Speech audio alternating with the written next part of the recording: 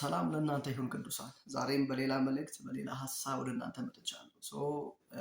ለዚህ ዩቱብ ቻናል አዲስ የሆናችሁ በሙሉ ይህንን ቪዲዮ ከመጀመራችሁ በፊት ሰብስክራይብ በማድረግ ቪዲዮውን ይጀምሩ። እንዲሁም ለሌሎች መታነጻ መማሪያ ስለሚሆን ይሄ ቃል ሼር አድርጉ። እንዲሁም ደግሞ ከዚህ በፊት በተለቀቀው ትምህርት በዚህ ትምህርት ከተጠቀማችሁ ቪዲዮ ላይ ታችሁ ሲጨርሱ በኮመንት ላይ ሀሳባችሁን አካፍሉ። ኢየሱስ ክርስቶስ ጌታ ነው። ዛሬ በጭንቀት ምክንያት ሰላማችሁን ላጣችሁ ሰዎች፣ በጭንቀት ምክንያት ጤናችሁን እያጣችሁ ያላችሁ ሰዎች፣ በጭንቀት ምክንያት ህመም ውስጥ እየገባችሁ በሽታ ውስጥ እየገባችሁ ያላችሁ ሰዎች ለእናንተ የሚሆን ሁለት መድኃኒት የሆነ ቃል ይዤላችሁ መጥቻለሁ። ከዛ ጭንቀት የምትወጡበት፣ በጭንቀት ምክንያት ያጣችሁትን ሰላም የምትመልሱበት፣ እንቅልፋችሁን የምትመልሱበት ቁልፍ የሆነ ሁለት መልእክቶች አሉ። እነዚህን መልእክቶች ዛሬ አካፍላችኋለሁ። ኢየሱስ ክርስቶስ ጌታ ነው። ዛሬም በጌታ በኢየሱስ በቃሉ ውስጥ ያለው የእግዚአብሔር የማዳን ኃይል በህይወታችሁ ይገለጥ። ይህንን መልእክት ስትሰሙ፣ ይህንን የእግዚአብሔርን ቃል ስትካፈሉ በጌታ በኢየሱስ ስም የትኛውም ያስጨነቃችሁ ነገር ከላያችሁ ላይ ይገፈፍ። የጸጋው ኃይል ያገኛችሁ። በቃሉ ውስጥ ያለው ያ የሚሰራው ያ ህይወት የሆነው ቃል በጌታ በኢየሱስ ስም በህይወታችሁ ይገለጥ። የቃሉ ኃይል ያገኛችሁ። የቃሉ ክብር በህይወታችሁ ይገለጥ፣ ይርዳችሁ በጌታ በኢየሱስ ስም። ካላችሁበት ጭንቀት ባላችሁበት መከራ የምትወጡበት ጊዜ ይሆንላችሁ። ይህ ጊዜ በኢየሱስም በቃሉ ኃይል መፈታት ይሆንላችሁ። ወደ እግዚአብሔር ቃል እንጣ። የመጀመሪያውና ዋነኛው የምናደርገው ነገር ምንድነው? ጭንቀትን ወደ ጸሎት መቀየር ነው። ጭንቀትን ወደ ምን መቀየር? ወደ ጸሎት መቀየር። ሰው ብዙ ጊዜ የሆነ ነገር ሲቹዌሽን ውስጥ ሲገባ መፍትሄ ቀዳሚ የሚያደርገው መጨነቅ ነው።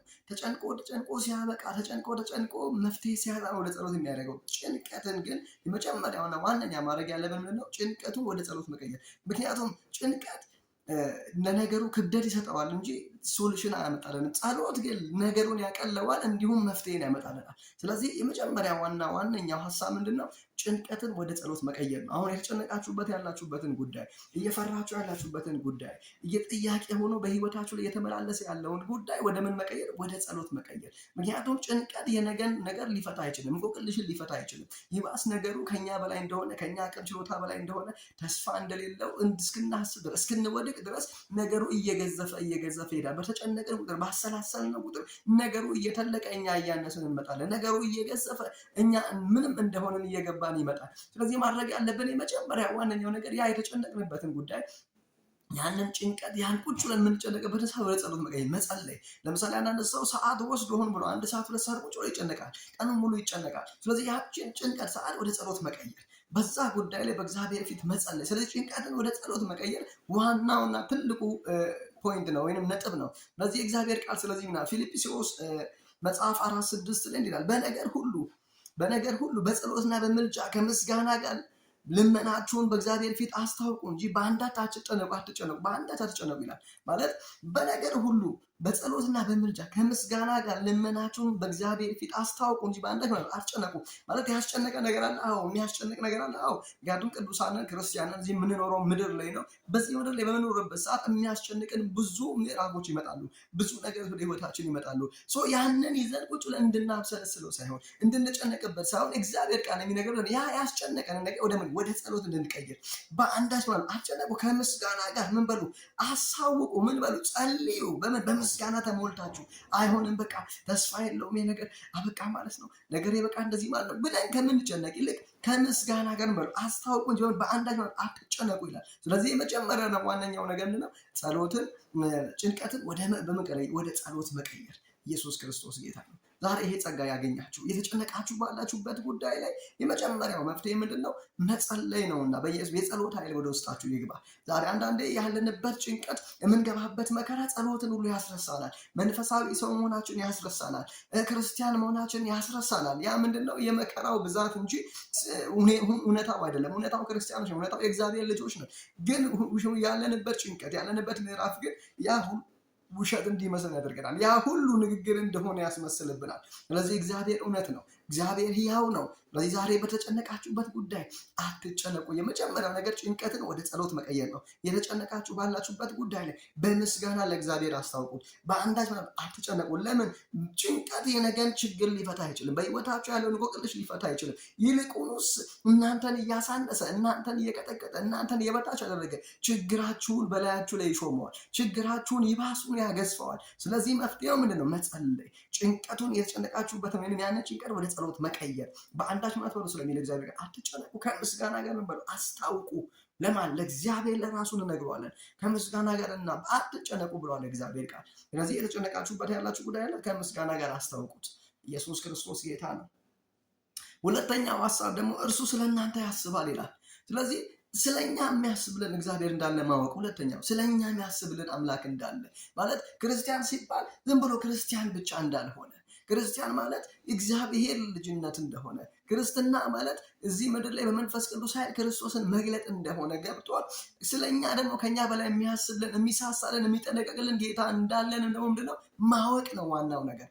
ስለዚህ አንተ አትጨነቁ አለ ጌታ እግዚአብሔር ስለዚህ የሚያስጨንቃችሁን በሉ ከምስጋና ጋር አስታውቁ ስለዚህ ማለት ነው አትጨነቁ እሺ ሁለተኛው ሐሳብ ስምንድነው ስንል እርሱ ስለእናንተ ያስባል ማለት አንድ አባት ለልጁ የሚያስበውን ያክል አንድ እናት ለልጇ የምታስበውን ያክል ማለት እናት ትገደባለች አባት ትገደባለች አባት ይወሰናል እናት ይወሰናል የሚያግዳቸው የሚወስናቸው ነገሮች ይኖራሉ ለምሳሌ ፋይናንሻል ነገር ጊዜ ቦታ ይሄ ሁሉ የኛ የምንላቸው ሰዎች የሚወሰኑበትና የሚገደቡበት ናቸው ይሄ ሁሉ ግን የማይወስነው አንድ አምላክና አንድ አባት አለን እሱ ማነው እግዚአብሔር ነው ስለዚህ እሱ አይወሰንም እሱ እጥረት አይገጥመውም እሱ የቦታ ርቀትና እንትን አይገድበውም በዚህ በሁሉ ቦታ መገኘት የሚችል ጌታ እግዚአብሔር ስለሆነ እርሱም ደግሞ ይላል ስለእናንተ ያስባል ይላል ስለዚህ እኛ ምን የለብንም መጨነቅ የለብንም ለምን ስለኛ የሚያስብ ስላለ ስለዚህ ሁለተኛው ቁልፍ ነው እርሱ ስለኛ ምን ይላል ያስባል ስለአንቺ የሚያስብ እግዚአብሔር አለ ስለአንቺ የሚጨነቅ እግዚአብሔር አለ ስለዚህ ስለ ነገ እያሰባችሁ ስለ ነገ እያላችሁ ተጨንቃችሁ ዛሬያችሁን መኖር ያቃታችሁ ሰዎች ዛሬያችሁን እየበደላችሁ ያላችሁ ሰዎች እግዚአብሔር ስለእናንተ ያስባል ነገ እግዚአብሔር ቃል ነገ ስለነገ ተጨነቁ ነገ ስለራሱ ይጨነቅ ይላል ለምን ሲባል ነገን እግዚአብሔር ላይ መጣል ልመዱ ነገን ለእግዚአብሔር መተው ልመዱ ነገን ለእግዚአብሔር ማቃበር ወይም ደግሞ ለእግዚአብሔር መስጠት ልመዱ ለእግዚአብሔር ነገን የሰጠ ሰው ዛሬን በደል ያልፋል ብዙ ሰው ነገ ላይ ነገሩን አስቀምጦ ነገ ላይ ደስታውን አስቀምጦ ዛሬ ደስተኛ መሆን አይችልም ዛሬ እግዚአብሔር በሰጠው ቁመና እግዚአብሔር በሰጠው ጤና እግዚአብሔር በሰጠው ቤት እግዚአብሔር በሰጠው ትዳር ደስተኛ መሆን አይችልም ለምን ደስታውን የሆነ ቦታ አስቀምጧል ይሄን መገርማችሁ ደግሞ የሰው ልጅ ደስታና ፍላጎት አያልቅም ዛሬ ያገኛችሁትን ነገር ብታገኙትም ያ ያስጨነቃችሁ ጉዳይ ቢሆንም ሰውነንና ነገ ሌላ ፍላጎት በህይወታችን ይመጣል ስለዚህ ስለእናንተ የሚያስብ እግዚአብሔር እንዳለ አስቡ በእነን ቪዲዮ ስታዩ ይሄንን ቪዲዮ መታይ ወንድሜ ይሄንን ቪዲዮ መታይ እህቴ በዙሪያሽ ቤተሰብ ላይኖር ይችላል እናት አባት ላይኖር ይችላል እነሱ ይወሰናሉ ይገደባሉ እነሱ መድረስ የሚችሉበት አለ መድረስ የማይችሉበት አለ የኔና የናንተ አምላክና አባት እግዚአብሔር ግን ምን ይላል ስለኔ ስለሚያስብ እሱ ሊወሰን አይችልም ሊገደብ አይችልም አልፎ ወደ እናንተ ህይወት መስራት ያለበትን ይሰራል ዘልቆ በህይወታችሁ መቀየር ያለበትን ይቀይራል በምንም አይነት ሁኔታ ውስጥ በምንም አይነት ስፍራ ላይ ሆኖ እርሱ ስለእናንተ ያስባል እሱ ስለአንቺ ይጨነቃል እሱ ስለአንቺ ያስባል ኢየሱስ ክርስቶስ ጌታ ነው እግዚአብሔር ቃል እንደዚህ ይላል አንደኛ ጴጥሮስ 5:7 ላይ እርሱ ስለእናንተ ያስባልና የሚያስጨንቃችሁን ሁሉ በእርሱ ላይ ጣሉት ይላል እናንተ ያዙት አይልም እናንተ ሰላማችሁን እጡ አይልም ተኝታችሁ እንቅልፋችሁን እጡ አይልም ምን ይላል የሚያስጨንቃችን ነገር ማለት እንደሚያስጨንቀን በዚህ ምድር ላይ ስንኖር ብዙ ጭንቀቶች ብዙ የሚያሳስቡን ነገሮች እንደመጡ እግዚአብሔር ስለሚያይ ይሄ ነገር ሲመጣ ምን አድርጉ ይሄ ነገር እርሱ ስለእናንተ ያስባልና የሚያስጨንቃችሁን ሁሉ በእርሱ ላይ በእግዚአብሔር ላይ ጣሉ ለሱ መስጠት ያስጨነቃችሁ ነገር በርቱ ላይ ጥላችሁን አትተኙ እናንተ ይዛችሁ ስትተኙ ነው እንቅልፍ የምታጡት እኔ ይዤ ነው ያስጨነቀኝ ነገር ይዤ ወደ መኝታ ሲሄድ እንቅልፍ ይከለክለኛል ለምን ይዤዋለሁ ስለዚህ ምን እናድርግ መጀመሪያ ምን ብለናል ወደ ጸሎት ጭንቀትን ወደ ጸሎት መቀየር አይደለ በጸሎት መቀየር ውስጥ ለማን መሰለ ለእግዚአብሔር መስጠት ምን በሉ ከምስጋና ጋር አስተዋውቁ እንጂ ምን ማትበሉ አትጨነቁ ስላለ ለሱ ምን እለዋለሁ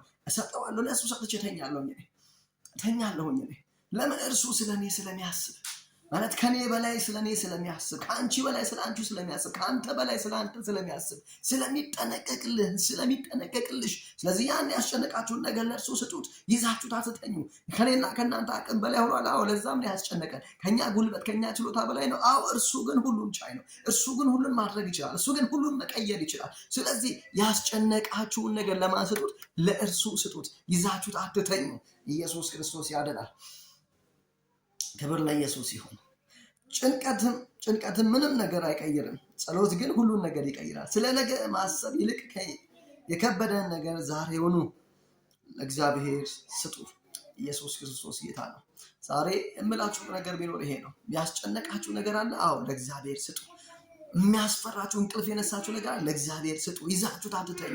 እናንተ ልትከፍሉት፣ እናንተ ልታሻሽሉት፣ እናንተ ነፃ ልታወጡት ነገራችሁን አትሞክሩ። ከእናንተ አቅም በላይ ነው። ያንን ስትረዱ ለእግዚአብሔር ስጡ። በአንዳች አትጨነቁ፣ ከምስጋና ጋር አስታውቀዋል። እርሱ ስለ እናንተ ያስባልና የሚያስጨንቃችሁን በማለት በእርሱ ላይ ጣሉት ይላል እግዚአብሔር ቃል። ስለዚህ በእርሱ ላይ ጣሉ። ዛሬ ያስጨነቃችሁ ነገር አለ። ሰላም የነሳችሁ ነገር አለ። እንቅልፍ የነሳችሁ ነገር አለ። አሁን በዚህ ሰዓት እግዚአብሔር ሆይ ይሄ ያስጨነቀኝን ነገር ለአንተ ሰጥቻለሁ።